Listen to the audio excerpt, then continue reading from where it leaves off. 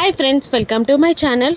అర్జున్ ప్రసాద్కి ఈ రక్తం ఇవ్వడానికి ఒక అహల్య బ్లడ్ గ్రూప్ మాత్రమే మ్యాచ్ అవుతుంది.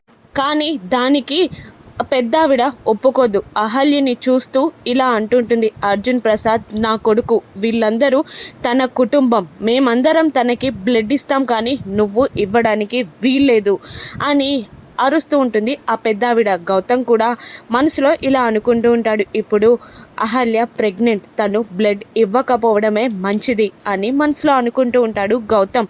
కానీ అప్పుడే డాక్టర్ వచ్చి, నేను ఒక్కటే చెప్తున్నాను మీకు, ఏదైనా 5 నిమిషాల్లో తేల్చుకోండి, ఇప్పుడు టెస్ట్లు చేసి నిర్ణయించే అంత టైం లేదు, అహల్య గారి బ్లడ్ గ్రూప్ మాత్రమే మ్యాచ్ అవుతుంది, అహల్య గారు బ్లడ్ ఇస్తేనే అర్జున్ ప్రసాద్ గారు బ్రతుకుతారు, తర్వాత మీరందరూ కలిసి బ్లడ్ ఇచ్చినా కూడా యూజ్ ఉండదు అని అంటూ కోపంగా అక్కడి నుండి వెళ్ళిపోతాడు. దాంతో గౌతమ్, పెద్దావిడ, ఇంట్లో వాళ్ళందరితో పాటు అహల్య కూడా షాక్ అవుతుంది. ఇక అర్జున్ ప్రసాద్ని రిస్క్లో పెట్టడం ఇష్టం లేని సుభద్ర, పెద్దావిడ అహల్య మధ్యలోకి వచ్చి, అత్తయ్య గారు, నాకు నా భర్త కన్నా ఏది ఎక్కువ కాదు, ఇప్పుడు అహల్య ఆయనకి రక్తం ఇస్తుంది అని తేల్చి తెగేసి చెప్పేస్తుంది. ఆ పెద్దావిడ షాక్ అవుతుంది.